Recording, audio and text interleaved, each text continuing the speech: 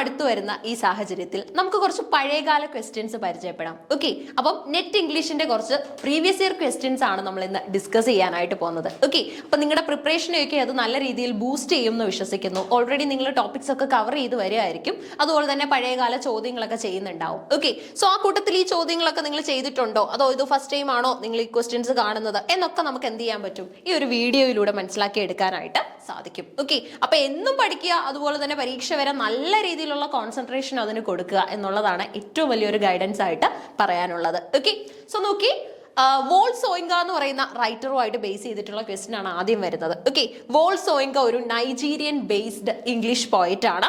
Received Nobel prize in the year. Okay, അപ്പൊ question ഇതാണ്, the famous writer Wole Soyinka received Nobel prize in which year? ഏത് വർഷമാണ് വോൾസോയിങ്ക എന്ന റൈറ്ററിന് സാഹിത്യത്തിൽ നോബൽ സമ്മാനം ലഭിച്ചത്? ഓക്കെ, അപ്പം പഠിക്കുന്ന കുട്ടികളോട് അല്ലെങ്കിൽ നമ്മുടെ അടുത്തൊക്കെ തന്നെ പഠിച്ചു വരുന്ന കുട്ടികളോട് പറയാറുണ്ട്, ഈ നോബൽ സമ്മാനങ്ങളും പുളിറ്റ്സർ പ്രൈസുകളും ഒക്കെ തന്നെ ഒരു ചാർട്ടൊക്കെ ഉണ്ടാക്കി നിങ്ങളുടെ സ്റ്റഡി റൂമിൽ പ്ലേസ് ചെയ്തൊക്കെ വെക്കണം, എക്സാമിന് മുന്നേ അതൊക്കെ ഒന്ന് നോക്കണമെന്നൊക്കെ പറയാറുണ്ട്. സോ വോൾസോയിങ്കയ്ക്ക് നോബൽ കിട്ടിയ വർഷം എപ്പോഴും കുട്ടികളോട് പറഞ്ഞു കൊടുക്കുന്ന ഒരു ക്വസ്റ്റ്യൻ തന്നെയാണ്. ആ ഒരു ക്വസ്റ്റ്യന്റെ ആൻസർ നിങ്ങൾക്ക് അറിയാവുന്നതൊന്നും കൂടെ ഒന്ന് ചെക്ക് ചെയ്യണം. ഓക്കെ, അപ്പൊ 1985, 1986, 1987, 1988. ഓക്കെ, അപ്പൊ വോൾസോയിങ്കയ്ക്ക് ഏത് വർഷമാണ് സാഹിത്യത്തിൽ നോബൽ സമ്മാനം കിട്ടിയത്? ഒന്ന് അറ്റംപ്റ്റ് ചെയ്ത് നോക്കിക്കേ, ഇതിന്റെ ഉത്തരം കിട്ടുന്നോന്ന് ചെക്ക് ചെയ്തേ.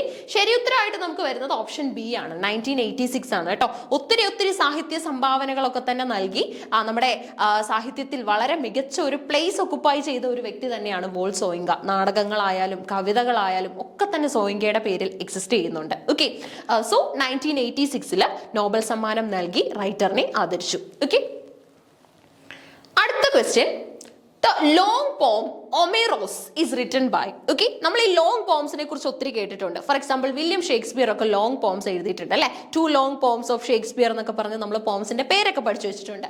അതുപോലെ ഒമേറോസ് എന്ന് പറയുന്ന വളരെ ലോങ് ആയിട്ടുള്ള ഒരു പോം ഉണ്ട്. ഓക്കെ, ഈ പോം എഴുതിയത് ആരാണ്? ഡയറക്റ്റ് ക്വസ്റ്റ്യൻ അല്ലെ, പക്ഷെ ഒമേറോസ് എന്ന് പറയുന്ന പോം നിങ്ങൾ കേട്ടിട്ടുണ്ടോ എന്നുള്ളതാണ് അവിടുത്തെ മാറ്റർ. ഓക്കെ, സോ ഒമേറോസ് എന്ന് പറയുന്ന പോം എഴുതിയത് ആരാണ്? മാർക്യൂസ്, നമ്മുടെ ഡാന്റേ അതേപോലെ തന്നെ നമ്മുടെ ഗബ്രിയൽ ഗാർസിയ മാർക്വസ്. ഓക്കെ, ഇനി അതുപോലെ തന്നെ ടോണി മൊറീസൺ ഉണ്ട്.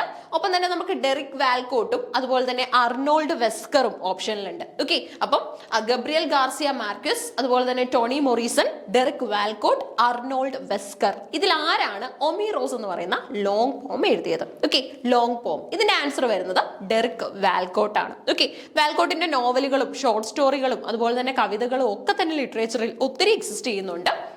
ഒമേറോസ് എന്ന വർക്കിന്റെ കാര്യം കൂടെ ഒന്ന് ഓർത്തോണം. ഓക്കെ, അപ്പം ഈ ഒരു ക്വസ്റ്റ്യൻസ് ഇപ്പൊ 2 ക്വസ്റ്റ്യൻ കിട്ടിയപ്പോൾ തന്നെ നിങ്ങൾക്ക് മനസ്സിലായിട്ടുണ്ടാവും, രണ്ടും ഡയറക്റ്റ് ക്വസ്റ്റ്യനാ, വലിയ കൺഫ്യൂസ്ഡ് ഒന്നും അല്ല. വോൾസോയിങ്കയ്ക്ക് നോബൽ സമ്മാനം കിട്ടിയ ക്വസ്റ്റ്യൻ. ഇനി 10 ചോദ്യങ്ങളും 10 ഫീൽഡുകളിൽ നിന്ന് തന്നെയാണ് തെരഞ്ഞെടുത്തത്. കാരണം മറ്റൊന്നുമല്ല, ഈ നെറ്റ് പരീക്ഷ എന്ന് പറയുമ്പോൾ തന്നെ ഒരിക്കലും നമ്മൾ കണ്ടിട്ടില്ലാത്ത ചോദ്യങ്ങൾ മാത്രമേ ചോദിക്കൂ എന്ന് കുട്ടികൾക്ക് ഒരു തെറ്റിദ്ധാരണ കുറച്ച് പേർക്കെങ്കിലും ഉണ്ടാവും. അങ്ങനെയൊന്നുമില്ല, നമ്മൾ പഠിച്ചിട്ടുള്ള ചോദ്യങ്ങളൊക്കെ തന്നെ അവിടെ അപ്പിയർ ചെയ്യാറുണ്ട്. നല്ലൊരു ശതമാനം ചോദ്യങ്ങളും സിമ്പിൾ ക്വസ്റ്റ്യൻസ് തന്നെ വരാറുണ്ട്. ഓക്കെ, പിന്നെ അതിന്റെ കൂട്ടത്തിൽ തന്നെ സ്റ്റേറ്റ്മെന്റുകളും അതുപോലെ തന്നെ ഉള്ള ക്വസ്റ്റ്യൻസും വരാറുണ്ട്. ഇപ്പൊ ഒമീറോസ് എന്ന് പറയുന്ന വർക്ക്, രണ്ടാമത്തെ ക്വസ്റ്റ്യൻ അത്ര സിമ്പിൾ എന്ന് നമുക്ക് പറയാൻ പറ്റില്ല. കാരണം വളരെ ചുരുക്കം കുട്ടികൾക്കായിരിക്കും ഇങ്ങനെ ഒരു കവിതയുണ്ടെന്നും ഇത് വാൽകോട്ട് എഴുതിയതാണെന്നും ഒക്കെയുള്ള ഐഡിയാസ് ഉള്ളത്. ഓക്കെ, സോ ഒരു കാര്യം കൂടെ മനസ്സിലാക്കുക. അടുത്ത നോക്കിക്കേ, മൂന്നാമത്തെ ചോദ്യമാണ്, അതും ഇയറിൽ നിന്ന് തന്നെയുള്ളതാണ്. ഇത്തവണത്തെ റീസെന്റ് കഴിഞ്ഞ എക്സാം ഒക്കെ എഴുതിയവർക്ക് മനസ്സിലായിട്ടുണ്ടാവും, നെറ്റും സെറ്റും ഒക്കെ തന്നെ നമ്മുടെ ഇയർ ക്വസ്റ്റ്യൻസിലേക്ക് നല്ല രീതിയിൽ അങ്ങോട്ട് സ്വിച്ച് ചെയ്തിട്ടുണ്ട് അല്ലെ. ഒത്തിരി ചോദ്യങ്ങൾ ഇയറിൽ നിന്നൊക്കെ വരാറുണ്ട്. അപ്പൊ അത് ഈ വർഷം നമുക്ക് നമ്മുടെ പഴയകാല ക്വസ്റ്റ്യൻ പേപ്പറിലോ അങ്ങനെ ഒരു ക്വസ്റ്റ്യൻ ഉണ്ടായിരുന്നു. നോക്കിക്കേ, doctor S Radhakrishnan received Bharat Ratna in the year. Okay, doctor S Radhakrishnan Indian എന്നുള്ള രീതിയിലും നമുക്ക് അറിയാവുന്ന വ്യക്തിയാണ്. സോ ഡോക്ടർ എസ് രാധാകൃഷ്ണന് ഭാരത് രത്ന കിട്ടിയത് ഏത് വർഷമാണ്? ഓപ്ഷൻസ് നോക്കിക്കേ, 1951 നമുക്കുണ്ട്. അതുപോലെ തന്നെ നമുക്ക് നെക്സ്റ്റ് ഓപ്ഷനിലുള്ളത് നമ്മുടെ 1952, 53, 54. ഓക്കെ, 1951, 52, 53, 54 ആണ് ഓപ്ഷൻസിലുള്ളത്. ഡോക്ടർ എസ് രാധാകൃഷ്ണന് ഭാരത് രത്ന കിട്ടിയ വർഷം. ഓക്കെ, വോൾസോയിങ്കയ്ക്ക് നോബൽ സമ്മാനം കിട്ടിയ വർഷം ചോദിച്ചിട്ടുണ്ട്. ഡോക്ടർ എസ് രാധാകൃഷ്ണന് ഭാരത് രത്ന കിട്ടിയ വർഷം ചോദിച്ചിട്ടുണ്ട്. ഓക്കെ, അപ്പൊ നോക്കിക്കേ, 1954 1954 കേട്ടോ. 1954 ഡോക്ടർ എസ് രാധാകൃഷ്ണന് ഭാരത് രത്ന കിട്ടുന്നത്. മറന്നു പോകരുത്. മറക്കുമെന്ന് തോന്നുന്നവർ എന്ത് ചെയ്യുക, ആ റൂമിൽ എവിടെയെങ്കിലും ഒക്കെ തന്നെ എഴുതി ഒന്ന് പേസ്റ്റ് ചെയ്ത് വെക്കുക. ഒരു A4 പേപ്പറിലായാലും നിങ്ങൾ എഴുതി പേസ്റ്റ് ചെയ്ത് വെച്ചാൽ മതി. എക്സാമിന് മുന്നേ നമ്മൾ എന്തായാലും നോക്കും. ഓക്കെ, സോ ഇനി അങ്ങനെയുള്ള പുതിയ ടെക്നിക്കുകളൊക്കെ ഒന്ന് അഡോപ്റ്റ് ചെയ്യണം. പുതിയതല്ല, കുട്ടികൾ തുടക്കം മുതലേ പ്രാക്ടീസ് ചെയ്ത് വരുന്ന ടെക്നിക്കുകളാണ്. ഇതുവരെ അതൊന്നും ചെയ്തിട്ടില്ലാത്തവർ അതും കൂടെ ഒക്കെ ഒന്ന് ചെയ്ത് നോക്കുക. ഇത്തവണ തന്നെ നെറ്റ്, JRF തുടങ്ങിയ യോഗ്യതകൾ നേടിയെടുക്കാനായിട്ട് ഉറപ്പായിട്ടും ശ്രമിക്കണം. ഓക്കെ, നോക്കിക്കേ, അടുത്ത നമ്മുടെ 4ാമത്തെ ചോദ്യത്തിലേക്ക് പോവാം. Whose work is the collection of pamphlets titled Common Sense? Okay, Common Sense എന്നുള്ള ഒരു ടൈറ്റിൽ ഒക്കെ കൊടുത്തിട്ട് ആരാണ്, ഓക്കെ, ആരുടെ വർക്ക് ആണ് എക്സിസ്റ്റ് ചെയ്യുന്നത്? ഓക്കെ, കോമൺ സെൻസ് എന്ന് പറയുന്ന ഒരു ടൈറ്റിൽ കൊടുത്തിട്ട് പാംപ്ലെറ്റ്സ് എഴുതിയിട്ടുള്ള, കളക്ഷൻസ് എഴുതിയിട്ടുള്ള റൈറ്റർ ആരാണ്? Okay, Benjamin Franklin, Thomas pain, Thomas Jefferson, William Faulkner. എല്ലാവരും തന്നെ ഫേമസ് ലിസ്റ്റിലുള്ള ആൾക്കാരാണ് അല്ലെ. നമ്മുടെ ബെഞ്ചമിൻ ഫ്രാങ്ക്ലിൻ, പെയിൻ, ജെഫേഴ്സൺ, അതുപോലെ തന്നെ വില്യം ഫോക്നർ. ശരി ഉത്തരം വരുന്നത് തോമസ് പെയിൻ ആണ് കേട്ടോ. തോമസ് പെയിനിന്റേതാണ് കോമൺ സെൻസ് എന്ന് പറയുന്ന ആ ഒരു പാംപ്ലെറ്റ് കളക്ഷൻ. ഓക്കെ, നമ്മൾ ജോൺസന്റെ, അഡീസന്റെ, സ്റ്റീലിന്റെ ഒക്കെ തന്നെ പാംപ്ലെറ്റ് കളക്ഷൻസ് ഒക്കെ നോക്കിയിട്ട് പോകും. പക്ഷെ ചോദ്യം വന്നത് എവിടുന്നാ നോക്കിക്കേ, നമ്മുടെ തോമസ് പെയിനിന്റെ pamphlet collection. Okay, collection of എസ്സേസിൽ നിന്നാണ് ചോദ്യം എത്തിയത്. ഓക്കെ, അപ്പൊ 4 ക്വസ്റ്റ്യൻസ് കണ്ടല്ലോ. 4 ഏരിയാസിൽ നിന്നുള്ള ചോദ്യമാണ്. ഓക്കെ, ഇനി അതുപോലെ തന്നെ ഈ ഒരുപാട് ചോദ്യങ്ങൾ വരുമ്പോൾ, അല്ലെങ്കിൽ കുട്ടികൾ എപ്പോഴും ചോദിക്കുന്ന ഒരു സംശയം തന്നെയാണ്, നെറ്റ് ഇംഗ്ലീഷിന് ഒരുപാട് കവർ ചെയ്യാനുണ്ടല്ലോ, അപ്പോൾ ഒരു ഔട്ട്സൈഡ് ക്വസ്റ്റ്യൻ ഒക്കെ വന്നു കഴിഞ്ഞാൽ അതിനെ ഒന്ന് സമീപിക്കാൻ എന്തെങ്കിലും ട്രിക്ക് ഉണ്ടോ? ട്രിക്ക് ഉണ്ട്. നമ്മുടെ ഓൾഡ് ഇംഗ്ലീഷ് മുതൽ മിഡിൽ ഇംഗ്ലീഷ്, ദാറ്റ് മീൻസ് അത് കവർ ചെയ്ത് വരുന്ന പോസ്റ്റ് മോഡേൺ പീരീഡ് വരെയുള്ള ആ ഒരു ഏജ് വൈസ് ലിറ്ററേച്ചർ ഒന്ന് അറിയാമെങ്കിൽ ഇംഗ്ലീഷ് ലിറ്ററേച്ചറിൽ നിന്ന് വരുന്ന ബ്രിട്ടീഷ് റൈറ്റേഴ്സ് അടക്കമുള്ള ആ ഒരു ലിസ്റ്റ് നമ്മൾ അങ്ങ് പഠിച്ചു. Okay, old English, middle English, അതുപോലെ തന്നെ റെനൈസൻസ്, നിയോ classical, romantics, Victorian, Edwardian, Georgian, modern, post modern എന്നുള്ള ആ ഒരു 10 സൈക്കിൾസ് ഒന്ന് നോക്കാമെങ്കിൽ ആ കാലത്തിൽ വരുന്ന, ആ കാലങ്ങളിൽ ഇൻക്ലൂഡഡ് ആയിട്ടുള്ള ഫേമസ് ആയിട്ടുള്ള റൈറ്റേഴ്സ് ആരൊക്കെയാണെന്ന് നമ്മൾ അറിയും. അവരുടെ പ്രധാനപ്പെട്ട പുസ്തകങ്ങൾ നമ്മൾ മനസ്സിലാക്കും. ഓക്കെ, ഫോർ എക്സാമ്പിൾ ഇപ്പോൾ ലിറിക്കൽ ബാലഡ്സ് എപ്പോഴാണ് പബ്ലിഷ് ചെയ്തതെന്ന് ചോദിച്ചു കഴിഞ്ഞാൽ ഉടനെ നമ്മൾ റൊമാൻറ്റിക് പീരീഡിലേക്ക് ഒന്ന് മൂവ് ചെയ്ത് നോക്കും അല്ലെ, അല്ലെങ്കിൽ ഒന്ന് കണ്ണോടിച്ച് നോക്കിയാൽ നമുക്ക് ആ ഒരു കോൺസെപ്റ്റ് അത്രയും ക്ലിയർ ആയിരിക്കും. അതാണ് ഏജ് വൈസ് പഠിക്കുന്നതിന്റെ ഏറ്റവും വലിയൊരു ഫാക്ട് എന്ന് പറയുന്നത്. ഓക്കെ, അപ്പൊ അതേ അടുത്ത ചോദ്യത്തിലേക്ക് പോവാം. നമ്മുടെ 5ാമത്തെ ചോദ്യമാണ്, from which play does allied take the structure and subject matter for cocktail party? Okay, അപ്പൊ TS ഏലിയറ്റിന്റെ കോക്ടെയിൽ പാർട്ടി എന്ന് പറയുന്ന ലിറ്റററി വർക്കിന്റെ സബ്ജക്റ്റും അതുപോലെ തന്നെ സ്ട്രക്ചറും അദ്ദേഹം എവിടെ നിന്നാണ് കണ്ടെടുത്തത്? ഓക്കെ, ആസ്ലെറ്റിസ്, അതുപോലെ തന്നെ നമ്മുടെ ആൻഡ്രോമാഷി, ആന്റഗണി, ഒപ്പം തന്നെ നമ്മുടെ ആർഷലോസ്. ഓക്കെ, 4 ഓപ്ഷൻസ് ഉണ്ട്. ഇതിൽ ഏത് വർക്കിൽ നിന്നാണ്, ഏത് കോൺസെപ്റ്റിൽ നിന്നാണ് ശരിക്കും പറഞ്ഞാൽ TS ഏലിയറ്റിന് കോക്ടെയിൽ പാർട്ടി എഴുതാനുള്ള സബ്ജക്ട് മാറ്ററും അതുപോലെ തന്നെ സ്ട്രക്ചറും ലഭിച്ചത്? ഏതാണ് ഇതിന്റെ ആൻസർ എന്ന് അറിയാമോ? ഇത് ആസ്ലെറ്റിസ് ആണ് കേട്ടോ, ആസ്ലെറ്റിസ്. ഓക്കെ, അപ്പൊ ഇത് ഒരിക്കലും ഒരു ഡയറക്റ്റ് ക്വസ്റ്റൻ നമുക്ക് പറയാൻ പറ്റത്തില്ല. കാരണം കോക്ടെയിൽ പാർട്ടി എല്ലാവർക്കും അറിയാമായിരിക്കും ഏലിയറ്റിന്റെ ആണെന്ന്. പക്ഷെ ഇത്തരത്തിൽ കോക്ടെയിൽ പാർട്ടിക്ക് പിന്നിൽ ഇങ്ങനെ ഒരു ഒറിജിൻ ഉണ്ട് എന്നുള്ള കാര്യം കുറച്ച് എന്താണ് നമ്മൾ ട്വിസ്റ്റിംഗ് ആയിട്ടൊക്കെ എക്സിസ്റ്റ് ചെയ്യുന്ന ഒരു ഫാക്റ്റ് ആണ്. ഓക്കെ, വില്യം ഷേക്സ്പിയറിന്റെ ഒക്കെ നാടകമായാലും ഇങ്ങനെയാണ്, പലതിനും ക്ലാസിക്കൽ ഒറിജിൻ ഉണ്ട്. നമ്മൾ വിചാരിക്കും അത് ഇംഗ്ലീഷിൽ മാത്രം ഉള്ളതാണെന്ന്. അങ്ങനെയല്ല, പലതിനും ഒരു ക്ലാസിക്കൽ ഒറിജിൻ ഉണ്ട്. പല ലാംഗ്വേജസിൽ നിന്നാണ് റൈറ്റേഴ്സ് എന്ത് ചെയ്യുന്നത്, അവരുടെ എന്താണ് നേറ്റീവ് ലാംഗ്വേജിലേക്ക് വർക്കുകളും വേർഡ്സും ഒക്കെ തന്നെ അഡാപ്റ്റ് ചെയ്യാറുള്ളത്. ഓക്കെ, അപ്പൊ ഈ ഒരു 5ാമത്തെ ചോദ്യം കൂടെ മനസ്സിലാക്കണേ. നിങ്ങൾക്ക് എഴുതിയെടുക്കാം, അഥവാ നിങ്ങൾക്ക് സ്ക്രീൻഷോട്ട് ചെയ്ത് വെക്കണമെങ്കിൽ അതിനും അവസരം കിട്ടും. ഓക്കെ, 5 ചോദ്യങ്ങൾ. 6ാമത്തെ ചോദ്യം നോക്കിക്കേ. Who holds that essentialism provides adequate grounds for establishing basic human norms and values? Okay, വായിച്ചു നോക്കേണ്ട ചോദ്യമാണ്, ശരിയല്ലേ? ഇത് വായിച്ചു നോക്കിയാൽ തന്നെ ഉത്തരം കിട്ടത്തില്ലേ? കാരണം നമുക്ക് പെട്ടെന്ന് എന്താണ് നമ്മളിങ്ങനെ അങ്ങ് എന്താണ് നോക്കി പോവുകയാണെങ്കിൽ ഇതിൽ ഏതെങ്കിലും ഒരു റൈറ്ററിനെ അല്ലെങ്കിൽ തിങ്കറിനെ നമ്മൾ ആൻസർ ചെയ്ത് കൊടുത്തങ്ങ് പോകും ഇല്ലേ? കാരണം ഒന്നാമത് ഒരു കമ്പ്യൂട്ടർ ബേസ്ഡ് എക്സാം ആണ്. അപ്പം നമ്മൾ കൃത്യമായിട്ട് ആ കാര്യങ്ങളെ സമീപിക്കണം. ഓക്കെ, സോ നിങ്ങൾക്ക് ഒന്ന് ആൻസർ ചെയ്ത് കഴിഞ്ഞാൽ പിന്നെ അത് ചേഞ്ച് ചെയ്യാനൊക്കെ അവസരം കിട്ടും. അങ്ങനെയുള്ള പ്രശ്നങ്ങളൊന്നും വരുന്നില്ല. എന്നാൽ പോലും നിങ്ങൾ എന്ത് ചെയ്യണം, കൃത്യമായിട്ട് അതൊന്ന് മനസ്സിലാക്കണം. ആ കോൺസെപ്റ്റ് അറിയാമെങ്കിൽ തന്നെ നമുക്ക് കാര്യങ്ങൾ ക്ലിയർ ആയിരിക്കും.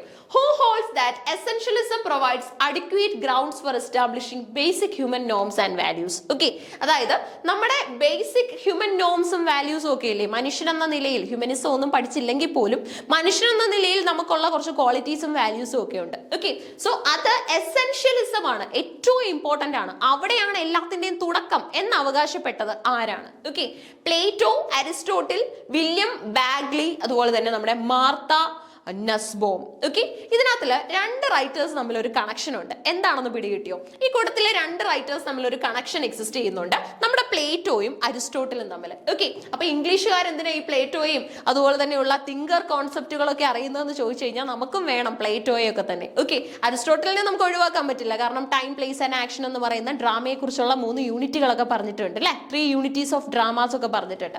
സോ ഈ പ്ലേറ്റോയും അരിസ്റ്റോട്ടലും തമ്മിലുള്ള ബന്ധം എന്താണെന്ന് ചോദിച്ചു കഴിഞ്ഞാൽ, സോക്രട്ടീസ് എന്ന് പറഞ്ഞ നമുക്കൊരു തിങ്കർ ഉണ്ടായിരുന്നു. ഓക്കെ, ക്വസ്റ്റ്യൻ ആൻസർ മെത്തേഡ് ഒക്കെ കൊണ്ടുവന്ന ഒരാളാണ് സോക്രട്ടീസ്. സോക്രട്ടീസിന്റെ ശിഷ്യനാണ് ഈ പറയുന്ന പ്ലേറ്റോ. നോക്കിക്കോണേ ആ ബന്ധം. ഓക്കെ, സോക്രട്ടീസിന്റെ ശിഷ്യനാണ് പ്ലേറ്റോ. പ്ലേറ്റോയുടെ സ്റ്റുഡന്റ് ആണ് നമ്മുടെ അരിസ്റ്റോട്ടിൽ. ഓക്കെ, അപ്പം പ്ലേറ്റോയും അരിസ്റ്റോട്ടിലും തമ്മിലുള്ള ബന്ധം എന്താണെന്ന് ചോദിച്ചു കഴിഞ്ഞാൽ ടീച്ചർ സ്റ്റുഡന്റ് റിലേഷൻഷിപ്പ്. പ്ലേറ്റോ അരിസ്റ്റോട്ടിലിനെ പഠിപ്പിച്ചിട്ടുണ്ട്, ടീച്ചറാണ്. ഓക്കെ, പ്ലേറ്റോയുടെ കുറെ വർക്കുകൾ കംപ്ലീറ്റ് ചെയ്യാനായിട്ടൊക്കെയുള്ള ഇനിഷ്യേറ്റീവ് എടുത്തതും അരിസ്റ്റോട്ടിലാണ്. എന്ന് പറഞ്ഞിട്ട് അരിസ്റ്റോട്ടിൽ മിയർലി പ്ലേറ്റോയെ കോപ്പി ചെയ്യുകയല്ലായിരുന്നു ചെയ്യുന്നത്. ശക്തമായിട്ടുള്ള അഭിപ്രായങ്ങളുള്ള വ്യക്തി തന്നെയായിരുന്നു അരിസ്റ്റോട്ടിൽ.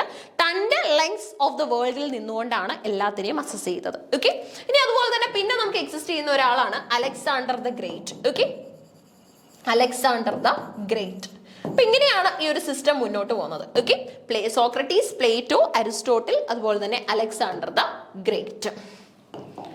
അപ്പൊ ഇതിനുള്ള ഉത്തരം കിട്ടിയോ? ഇതിന്റെ ഉത്തരം വരുന്നത് മാർത്ത നുസ്ബോം ആണ് കേട്ടോ. അപ്പൊ മാർത്ത നുസ്ബോം ആണ് ഇത്തരത്തിൽ പറഞ്ഞിട്ടുള്ളത്. Essentialism provides adequate grounds for establishing basic human norms and values. Okay, അപ്പൊ 6 ചോദ്യങ്ങൾ ഇതേ നമ്മൾ കംപ്ലീറ്റ് ആക്കിയിട്ടുണ്ട്.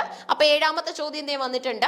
Who remarked that man is a simple fold in our language. Okay, മനുഷ്യൻ എന്നാൽ നമ്മുടെ ഭാഷയിൽ ഒരു സിമ്പിൾ ഫോൾഡ് ആണ് എന്ന് അഭിപ്രായപ്പെട്ടത് ആരാണ്? ഓക്കെ, അതായത് എല്ലാവരെ കുറിച്ചും നമ്മൾ ലാംഗ്വേജിലൂടെയാണ് കൺവേ ചെയ്യുന്നത്. മനുഷ്യനെ കുറിച്ചും അത്തരത്തിൽ തന്നെയാണ് നമ്മൾ കമ്മ്യൂണിക്കേഷൻ നടത്തുന്നത് അല്ലെ. സോ നോക്കിക്കേ, പോൾ എൽമർ, ഇർവിംഗ് ബാബിറ്റ്, അതുപോലെ തന്നെ നമ്മുടെ Foucault and also we have the Forster. Okay, അപ്പം നമ്മുടെ Elmer, Babbitt, Foucault and also Forster, ഇതിൽ ആരാണ് ഇങ്ങനെ ഒരു അഭിപ്രായം മുന്നോട്ട് വെച്ചത്? Who remarked the statement man is a simple fold in our language. നമ്മുടെ ലാംഗ്വേജിൽ ഒരു സിമ്പിൾ ഫോൾഡ് ആണ് മനുഷ്യൻ എന്ന അഭിപ്രായം മുന്നോട്ട് വെച്ചത് ആരാണ്? ഓക്കെ, ഇതാണ് ക്വസ്റ്റൻ ആയിട്ട് എക്സിസ്റ്റ് ചെയ്യുന്നത്. ആൻസർ വരുന്നത് ഫൂക്കോ ആണ് കേട്ടോ. ഫൂക്കോ ആണ്. ഫൂക്കോ ടെക്സ്റ്റിനെ കുറിച്ചും ഒക്കെ തന്നെ പറഞ്ഞിട്ടുണ്ട്. അതായത് ലിറ്റററി ക്രിറ്റിസിസം എടുത്താലും കൾച്ചറൽ ക്രിറ്റിസിസം എടുത്താലും ഒക്കെ ഫൂക്കോയുടെ പ്ലേസ് എന്ന് പറയുന്നത് അവിടെ നമുക്ക് ഒരിക്കലും മാറ്റി വെക്കാൻ പറ്റുന്ന ഒരു സ്ഥാനമല്ല അല്ലെ. സോ ആസ് എ ക്രിട്ടിക്, അതുപോലെ തന്നെ ടെക്സ്റ്റിനെ കുറിച്ചൊക്കെയുള്ള തന്റെ observations, okay, text is this thing, text is about such and such concepts എന്നൊക്കെയുള്ള രീതിയിൽ ഒത്തിരി ഐഡിയാസ് കൺവേ ചെയ്യാനായിട്ട് ഇദ്ദേഹത്തിന് സാധിച്ചിട്ടുണ്ട്. ഓക്കെ, സോ ഫൂക്കോയാണ് ഈ ഒരു പോയിന്റ് പറഞ്ഞിട്ടുള്ളത്. ഇനി നമുക്ക് 8ാമത്തെ ചോദ്യമാണ്. 8ാമത്തെ ചോദ്യം ഒരു എന്താണ്, കുറച്ച് എലാബറേറ്റ് ആയിട്ടുള്ള ചോദ്യമാണ്, കുറച്ച് വായിക്കാൻ നമുക്കുണ്ട്. ഓക്കെ, പലപ്പോഴും നല്ലൊരു ശതമാനം കുട്ടികളും സ്കിപ്പ് ചെയ്തിട്ട് പോകുന്നതിന്റെ മെയിൻ റീസൺ ഇതാ, ഇത്രയും വായിക്കാൻ വയ്യ. ഓക്കെ, അങ്ങനെ വിചാരിക്കുകയേ ചെയ്യരുത്. എത്രയും വലിയ ലോങ് ക്വസ്റ്റ്യൻ കിട്ടിയാലും ആലോചിച്ചോ, ആ ഒരു ക്വസ്റ്റിനുള്ള ഉത്തരം വളരെ സിമ്പിൾ ആയിട്ട് അതിനകത്ത് എവിടെയോ ഉണ്ട്. ഓക്കെ, വളരെ സിമ്പിൾ ആയിട്ട് നമുക്കത് കണ്ടുപിടിക്കാൻ പറ്റും. ഈ പറയുന്ന ക്വസ്റ്റ്യനും ഓപ്ഷനും തമ്മിൽ തന്നെ ഒരു ബന്ധം ഉണ്ടായിരിക്കും എന്നുള്ളതാ സിഗ്നിഫിക്കൻസ്. ഓക്കെ, സോ റിയലിസം ഇല്ലേ, നമ്മുടെ പല ഇസംസ് ഉണ്ട്. അതിനകത്തിൽ പ്രധാനപ്പെട്ട ഒരു ഇസമാണ് റിയലിസം എന്ന് പറയുന്നത്. Realism is applied by critics. Okay, എന്തിനു വേണ്ടിയാണ് ക്രിട്ടിക്സ് റിയലിസം എന്ന് പറയുന്ന കോൺസെപ്റ്റ് അപ്ലൈ ചെയ്യുന്നത്? To identify a movement in the writing during the 19th century, especially of novels. Okay, നോവൽസിലടക്കം ഒരു ശക്തമായിട്ടുള്ള മൂവ്മെന്റിനെ കുറിച്ച് പരാമർശിക്കാൻ വേണ്ടിയാണ് 19th century ഈ ഐഡിയ നമ്മുടെ ക്രിട്ടിക്സ് അപ്ലൈ ചെയ്തതെന്ന് പറയുന്നുണ്ട്. To designate a recurrent mode in various eras and literary forms of representing human life and experience in literature. Okay, അപ്പം നമ്മുടെ ഹ്യൂമൻ ലൈഫും അതുപോലെ തന്നെ എക്സ്പീരിയൻസും ഒക്കെ തന്നെ ലിറ്ററേച്ചറിൽ എങ്ങനെയാണ് വരുന്നത്, ആ കോൺസെപ്റ്റുകൾ എങ്ങനെയാണ് നമുക്ക് മനസ്സിലാക്കാൻ പറ്റുന്നത്, ഇതിനെക്കുറിച്ചുള്ള ക്ലിയർ കട്ട് ഐഡിയ ആണ് നമ്മുടെ റിയലിസം എന്ന് പറയാറുണ്ട്. Honore de Balzac, George Eliot and Howells are writers of realist novels. Okay, ഈ ബെൽസാക്കിനെയും അതുപോലെ തന്നെ ഹവൽസിനെയും നിങ്ങൾ കേട്ടിട്ടുണ്ടോ? അവര് റൈറ്റേഴ്സ് എന്ന നിലയിൽ അറിയായിരിക്കും, റിയലിസത്തിൽ അത്രയും ഡോമിനേറ്റ് ആണെന്ന് അറിയാമോ എന്നറിയില്ല. എന്നാൽ പോലും നമ്മുടെ ഫീമെയിൽ റൈറ്റർ ആയിട്ടുള്ള മേരി ആൻ ഇവാൻസ് ഉണ്ടല്ലോ, മേരി ആൻ ഇവാൻസ്. എന്തുകൊണ്ടാണ് ഈ മേരി ആൻ ഇവാൻസിന് ഇവിടെ ജോർജ് എലിയറ്റ് എന്ന് കൊടുത്തിട്ടുള്ളത്? മേരി ആൻ ഇവാൻസ് വിക്ടോറിയൻ കാലഘട്ടത്തിലെ വളരെ ശക്തമായി എഴുതിയിരുന്ന ഒരു സ്ത്രീ ആയിരുന്നു. ഓക്കെ, ഒരു ഫീമെയിൽ റൈറ്റർ ആയിരുന്നു. പക്ഷെ ഒരു ഫീമെയിൽ റൈറ്റർ ആണ് ഈ കോൺട്രിബ്യൂഷൻ ഒക്കെ നടത്തുന്നത്, ഒരു സ്ത്രീയാണ് ഇത്തരത്തിലുള്ള പരാമർശങ്ങൾ നടത്തുന്നതെന്ന് അറിഞ്ഞു കഴിഞ്ഞാൽ സമൂഹം ആ പുസ്തകങ്ങളെ കത്തിച്ചു കളയുന്ന, അല്ലെങ്കിൽ ആ സ്ത്രീക്കെതിരെ സമൂഹം ഒന്നടങ്കം തിരിയുന്നതായിട്ടുള്ള പ്രവണതകൾ ഉണ്ടായിരുന്നു. അതുകൊണ്ടാണ് തന്റെ പേര് മറച്ചു വെച്ചുകൊണ്ട് തന്നെ, തന്റെ പേര് ഹൈഡ് ചെയ്ത് വെച്ചുകൊണ്ട് ജോർജ് എലിയറ്റ് എന്ന male name, okay, George Eliot എന്നുള്ള പെൻ നെയിം നമ്മുടെ മേരി ആൻ ഇവാൻസ് സ്റ്റാൻസ് സ്വീകരിച്ച് റിയലിസ്റ്റിക് ആയിട്ടുള്ള നോവലുകൾ എഴുതിയിരുന്നത്. ഓക്കെ, വളരെ ഇമ്പോർട്ടന്റ് ആയിട്ടുള്ള തന്റെ അനുഭവങ്ങൾ തന്നെയായിരുന്നു തന്റെ കഥയ്ക്കുള്ള ഏറ്റവും വലിയ ഒരു എന്താണ് എസെൻസ് എന്ന് റൈറ്റർ പറഞ്ഞിട്ടുണ്ട്. ഓക്കെ, പിന്നെ നമുക്ക് വരുന്ന അടുത്ത ഓപ്ഷൻ എന്ന് പറയുന്നത് ഓൾ ഓഫ് ദി എബോവ് ആണ്. ഓക്കെ, 3 ഓപ്ഷൻസ് തന്നിട്ടുണ്ട്. ഇതിൽ ഏതാണ്, 4 ഓപ്ഷൻസ് ഉണ്ട്, ഇതിൽ ഏതാണ് നമ്മുടെ റിയലിസം ക്രിട്ടിക്സ് അപ്ലൈ ചെയ്യാനുള്ള റീസൺ എന്നാണ് ചോദിച്ചിട്ടുള്ളത്. ഇതിന്റെ ആൻസർ എന്തായിരിക്കും? ഓൾ ഓഫ് ദി എബോവ് ആയിരിക്കും അല്ലെ. ഈ പറയുന്ന കാര്യങ്ങളെല്ലാം ശരിയാണ്. 19th സെഞ്ചുറിയെ കുറിച്ചുള്ള പോയിന്റും അതുപോലെ തന്നെ റിക്കറന്റ് മോഡ് കൊണ്ടുവരാൻ വേണ്ടിയാണെന്നുള്ളതും ഈ പറയുന്ന എഴുത്തുകാരൊക്കെ തന്നെ നമ്മുടെ റിയലിസം ആയിട്ട് ബേസ് ചെയ്തിട്ട് ഒരുപാട് റിയലിസ്റ്റിക് നോവലുകൾ ചെയ്തിട്ടുണ്ട് എന്ന് പറയുന്നതും ഒക്കെ തന്നെ നമ്മുടെ ബന്ധപ്പെട്ട പോയിന്റുകളാണ് അല്ലെ, കണക്റ്റഡ് ആയിട്ടുള്ള പോയിന്റുകളാണ്. സോ 8ാമത്തെ ക്വസ്റ്റ്യന്റെ ആൻസർ വരുന്നത് ഓൾ ഓഫ് ദി എബോവ് ആണ്. ഈ തന്നിരിക്കുന്ന ഓപ്ഷൻസ് എല്ലാം തന്നെ ഇതിനുള്ള ഉത്തരമാണ്. അപ്പോൾ ഓൾ ഓഫ് ദി എബോവ് ആണ് നമുക്ക് സെലക്ട് ചെയ്യാനായിട്ട് സാധിക്കുന്നത്.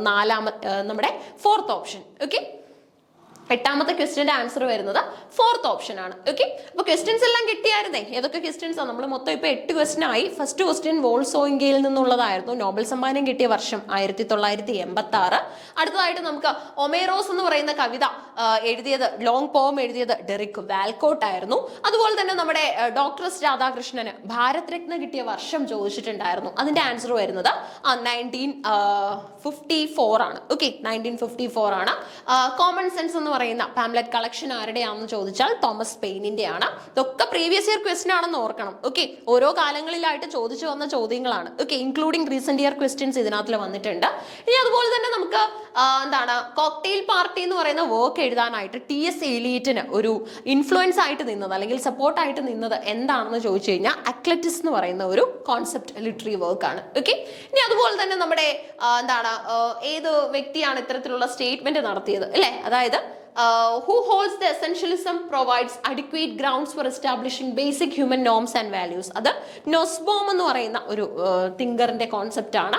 പിന്നെ അതുപോലെ തന്നെ man is a simple fold in our language എന്ന് പറഞ്ഞത് ഫൂക്കോ ആണ്. ഓക്കെ, നമ്മൾ ഫൂക്കോയെ കുറിച്ച് എല്ലാം വായിച്ചിട്ടുണ്ട്, പക്ഷെ ഇങ്ങനെ ഒരു കോൺസെപ്റ്റ് നോക്കിയിട്ടുണ്ടോ എന്ന് ഒന്നുകൂടെ ഒന്ന് ആലോചിക്കാം. ഓക്കെ, സോ അത് നോക്കിക്കേ, റിയലിസം എന്ന് പറയുന്ന ഐഡിയ നമുക്ക് വന്നിട്ടുണ്ട്. അത് ഓൾ ഓഫ് ദി എബോവ് ആണ് ആൻസർ ആയിട്ട് നമുക്ക് വരുന്നത്. അടുത്ത നോക്കിക്കേ, which Victorian poet wrote the poem entitled angel in the house. Okay, angel in the house എന്ന് പറയുന്ന ലിറ്റററി വർക്ക് ആരുടേതാണെന്നാണ് ചോദിച്ചിട്ടുള്ളത്. ഓക്കെ, കവൻട്രി പാറ്റ്മോർ എന്ന് പറയുന്ന ഒരു വിക്ടോറിയൻ പോയിറ്റിന്റെ ആണ്, കവൻട്രി പാറ്റ്മോർ. ഓക്കെ, അപ്പൊ ഈ വിക്ടോറിയൻ പീരീഡ് നമ്മുടെ ഇംഗ്ലീഷ് ലിറ്ററേച്ചറിൽ ഏത് പോയിന്റിലാണ്, എത്രാമതാണ് വരുന്നതെന്ന് ചോദിച്ചു കഴിഞ്ഞാൽ നിങ്ങൾ എന്ത് ഉത്തരം പറയും? Victorian period. ഓൾഡ് ഇംഗ്ലീഷ് കഴിഞ്ഞു കഴിഞ്ഞാൽ നേരെ വരുന്നത് മിഡിൽ ഇംഗ്ലീഷ്.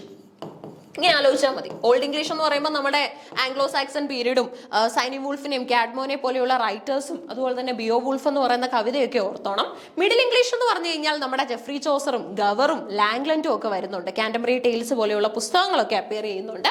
ഇനി അടുത്തത് നമ്മുടെ ഷേക്സ്പിയറിന്റെ കാലമാണ് അല്ലെ, അതായത് ക്യൂൻ എലിസബത്ത്, ഗ്ലോറിയാന അല്ലെ, ക്യൂൻ എലിസബത്ത് ഇംഗ്ലണ്ട് ഭരിച്ച കാലം, റെനൈസൻസ് പീരീഡ്. അതിനകത്ത് തന്നെ റീസ്റ്റോറേഷനും കൂടെ നമ്മൾ അങ്ങ് കണക്ട് ചെയ്ത് പഠിച്ചോണം. പിന്നെ അടുത്തതായിട്ട് നമുക്ക് വരുന്നത് നിയോ ക്ലാസിക്കൽ പീരീഡ് അല്ലെ. നിയോ ക്ലാസിക്കൽ പീരീഡിലെ ഏതെങ്കിലും ഒരു റൈറ്ററിന്റെ പേര് പറയാൻ പറഞ്ഞാൽ നിങ്ങൾ ഏതായിരിക്കും പറയുന്നത്? ഡ്രൈഡനെയും പോപ്പിനെയും ഒക്കെ ഇങ്ങോട്ട് ഇൻക്ലൂഡ് ചെയ്യാം അല്ലെ. നമ്മുടെ ഏറ്റവും ഫേമസ് ആയിട്ടുള്ള ഫാദർ ഓഫ് ഇംഗ്ലീഷ് ക്രിറ്റിസിസം എന്നൊക്കെ വിളിക്കുന്ന ഡ്രൈഡൻ അടക്കമുള്ള ആൾക്കാർ നിയോ ക്ലാസിക്കലിൽ വരുന്നുണ്ട്. ക്ലിയർ ആവുന്നുണ്ടോ കോൺസെപ്റ്റ്? ഇതൊക്കെ കേൾക്കുമ്പോൾ ഫസ്റ്റ് ടൈം ആണ് ചിലപ്പോൾ നിങ്ങൾ ഏജ് വൈസിനെ കുറിച്ച് അറിയുന്നതെങ്കിൽ കുറച്ച് കൺഫ്യൂഷൻസ് നമുക്ക് വരും. പക്ഷേ ഏറ്റവും നല്ല വഴിയാണ്. നമ്മളിപ്പോൾ മാത്സ് അടക്കമൊക്കെ പഠിക്കാൻ നമ്മൾ മൾട്ടിപ്ലിക്കേഷൻ ടേബിളും അങ്ങനെയുള്ള കോൺസെപ്റ്റുകളൊക്കെ നമ്മൾ പറയുമെന്ന് പറയുന്ന പോലെ ഇംഗ്ലീഷ് ലിറ്ററേച്ചർ പഠിക്കാൻ ഈ ഒരു ഒറ്റ വഴിയേ ഉള്ളൂ. നമ്മൾ എന്ത് ചെയ്യുക? നമ്മുടെ ബേസിക് ആയിട്ടുള്ള ഏജ് വൈസ് ഒന്ന് പഠിച്ചു വെക്കുക. ഓരോ എഴുത്തുകാരനും ഇതിൽ ഏതെങ്കിലും ഒരു ഏജിന്റെ ഭാഗമായിരിക്കും. ഓക്കെ, ഇനി അടുത്തതായിട്ട് നമുക്ക് വരുന്നത് ഓഫ് കോഴ്സ് നമ്മുടെ റൊമാൻറ്റിക് പീരീഡ് ആണ്. ഓക്കെ, ലിറിക്കൽ ബാലറ്റ്സ് പബ്ലിഷ് ചെയ്യുന്നതോടുകൂടിയാണ് റൊമാൻറ്റിക് പീരീഡ് തന്നെ സ്റ്റാർട്ട് ചെയ്യപ്പെടുന്നത്. ഇനി അടുത്തതായിട്ട് നമുക്ക് വരുന്ന പീരീഡ് ആണ് ഇപ്പൊ നമ്മൾ കണ്ട വിക്ടോറിയൻ പീരീഡ് ഇല്ലേ, വിക്ടോറിയൻ കാലഘട്ടം എന്ന് പറയുന്നത്. വിക്ടോറിയൻ പീരീഡിനെ കുറിച്ച് നമ്മൾ പറയുന്നുണ്ട്. വിക്ടോറിയൻ പോയിറ്റ് ആണ് ഈ കൂട്ടത്തിൽ നമ്മുടെ കവൻട്രി പാറ്റ്മോർ. ഇതിനുശേഷം വിക്ടോറിയയുടെ മകനായ എഡ്വേർഡ് 7ാമന്റെ കാലമാണ്, എഡ്വേർഡിയൻ പീരീഡ് എന്ന് ഈ കാലം അറിയപ്പെട്ടു. ശേഷം നമുക്ക് ജോർജ് 5ാമന്റെ കാലമാണ്, ജോർജിയൻ പീരീഡ് ആണ്. ഓക്കെ, ചില പീരീഡ്സ് അതിന്റെ പെക്യുലാരിറ്റിയുടെ പേരിലും ചിലത് ആ സമയത്തെ റൂളറിന്റെ പേരിലും ആയിരിക്കും അറിയപ്പെടുന്നത്. ഇതിനുശേഷം നമുക്ക് വരുന്നത് മോഡേൺ പീരീഡ് ആണ്. ഓക്കെ, മോഡേൺ പീരീഡും ഇതിനുശേഷം നമുക്ക് വരുന്നത് പോസ്റ്റ് മോഡേൺ പീരീഡും ആണ്. ഇങ്ങനെ 10 ഏജുകൾ മാത്രമാണ് ലിറ്ററേച്ചറിൽ എക്സിസ്റ്റ് ചെയ്യുന്നത്. ഇത്രയും സിമ്പിൾ ആക്കി നമുക്ക് ഇതിനെ ഇൻക്ലൂഡ് ചെയ്ത് പഠിക്കാനായിട്ട് സാധിക്കും. നമ്മുടെ I+ന്റെ കോഴ്സിലും ഈ ഒരു ഏജ് വൈസ് ലിറ്ററേച്ചർ തുടക്കത്തിൽ തന്നെ ആഡ് ചെയ്തിട്ടാണ് നമ്മുടെ ബാക്കിയുള്ള യൂണിറ്റ്സിലേക്ക് പോകുന്നത്. അപ്പൊ ബേസ് അറിഞ്ഞിട്ട് ബാക്കി കാര്യങ്ങൾ നമ്മൾ തിരിച്ചറിയുക. ഇനിയായാലും പരീക്ഷ അടുത്ത് വരുന്ന ഈ സാഹചര്യത്തിൽ നമുക്ക് അതിനുള്ള സമയവും അതുപോലെ തന്നെ എന്താണ് അതിനായിട്ടുള്ള അവസരങ്ങളും ഉണ്ട്. ഓക്കെ, ഇനി അതുപോലെ തന്നെ നമ്മുടെ 10ാമത്തെ ക്വസ്റ്റ്യൻ എന്ന് പറയുന്നത് who പെൻഡ് the literary work A literature of their on. Literature of their on എന്ന് പറയുന്ന ഒരു ഫേമസ് വർക്ക്, ഫെമിനിസം ഒക്കെ ആയിട്ട് കണക്ഷൻ ഉള്ള ഒരു വർക്കാണ്. ഇത് എഴുതിയത് ആരാണ്? Okay, Elaine Showalter, Sandra Gilbert, Nina Baym, Betty Friedan. ഇതിന്റെ ശരി ഉത്തരം ഓഫ് കോഴ്സ് നമ്മുടെ എലൈൻ ഷോവാൾട്ടർ ആണ്. ഓക്കെ, അതായത് എലൈൻ ഷോലൈറ്ററിന്റെ വളരെ പ്രധാനപ്പെട്ട ഒരു പുസ്തകമാണ് ലിറ്ററേച്ചർ ഓഫ് ദെയർ ഓൺ. ആ ദെയർ എന്ന് ഉദ്ദേശിക്കുന്നത് സ്ത്രീയെയാണ്. ഓക്കെ, സ്ത്രീകളുടെ ജീവിതം ഏറ്റവും നല്ലപോലെ മനസ്സിലാക്കാൻ പറ്റുന്നത് സ്ത്രീകൾക്ക് തന്നെയാണ്. സോ അതുമായിട്ട് ബേസ് ചെയ്തിട്ടുള്ള ഒരു ഐഡിയ ആണ് ഇവിടെ പ്രൊവൈഡ് ചെയ്യാനായിട്ട്